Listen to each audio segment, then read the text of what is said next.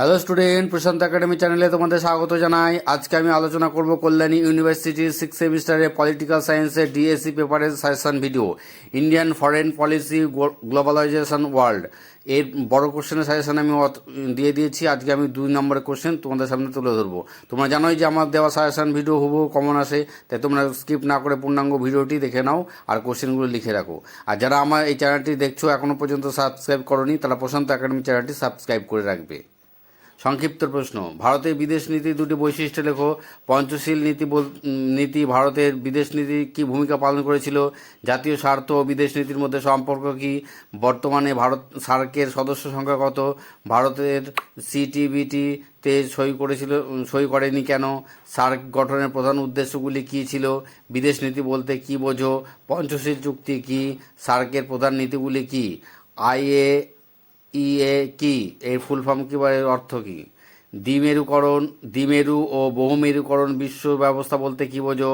ভারত বাংলাদেশে জলবন্টন চুক্তি বিষয়টি সংক্ষিপ্ত বর্ণনা করো। সাপ্টার পুরো অর্থ কী? সাপ্টার গঠনের উদ্দেশ্য কী?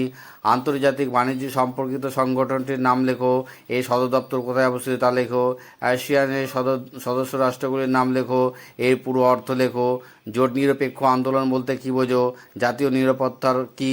সন্ত্রাসবাদ বলতে কী বোঝো? গ্যাট এর ফুল ফর্ম কী? ভারতবর্ষ কি এর সদস্য? পঞ্চশীল নীতিগুলি লেখো।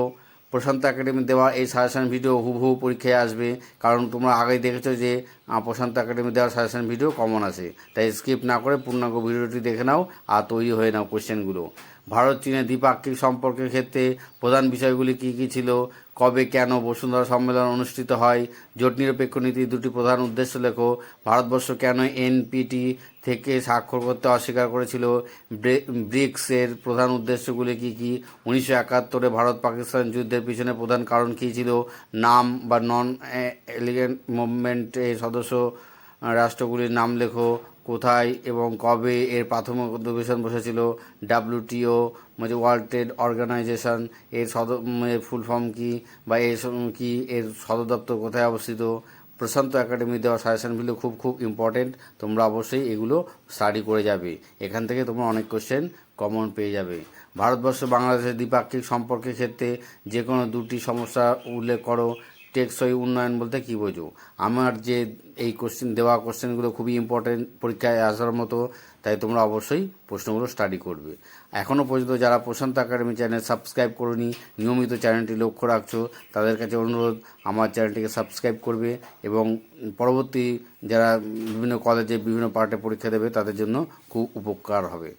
আমার দেওয়া এই সাজেশন ভিডিও যদি তোমাদের যদি পছন্দ হয় তাহলে অবশ্যই আমার চ্যানেলটিকে সাবস্ক্রাইব করবে, প্রশান্ত একাডেমি। আর এই ভিডিওটি পছন্দ হলে লাইক করবে, যদি প্রয়োজন হয় কমেন্ট করবে, আর অবশ্যই বন্ধুদের মাঝখানে এইটি শেয়ার করে দেবে, যাতে আগামী দিনে তাদেরও উপকারে আসে প্রশান্ত একাডেমি এই চ্যানেলটি।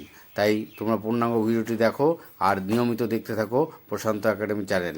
এখানে নিয়মিত ভিডিও উপস্থাপিত হয় একাডেমিক্যাল।